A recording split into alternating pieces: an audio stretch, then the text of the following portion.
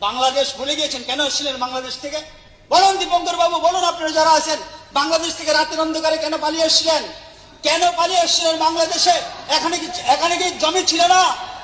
এখানে আপনার যে পৈতৃক সম্পত্তি ছিল, সেখানে জমি ছিল, গোয়াল গড়া ধান ছিল, দুধ ছিল, গাই ছিল, গরু ছিল, মাছ ছিল, সব ছিল, সব কিছু ছিল না।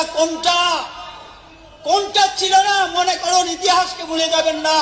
যদি ইতিহাস ভুলে যান, আপনাদের পরিণাম ভালো হবে না। ইতিহাসকে স্মরণ রাখবেন। যে সমাজ, যে ব্যক্তি ইতিহাস ভুলে যায়, তার পূর্বজও ভুলে যায়, সে কোনোদিন সমাজে টিকে থাকতে পারে না।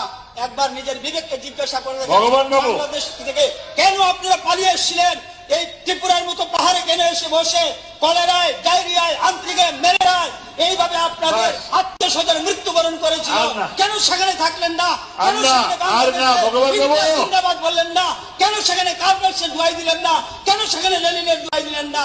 শ্যামাপ্রসাদ মুখার্জি ছিল বলে আজকে এখানে বসে কথা বলতে পারছেন। সুতরাং আপনাদেরকে আমরা সতর্ক করে দিচ্ছি, এই সমস্ত চলবে না, এই সমস্ত চলবে না। সংস্কৃতি মানতে হবে, ভারত মাতা কি জয় বলতে হবে, ভারত মাতা কি জয় বলতে হবে,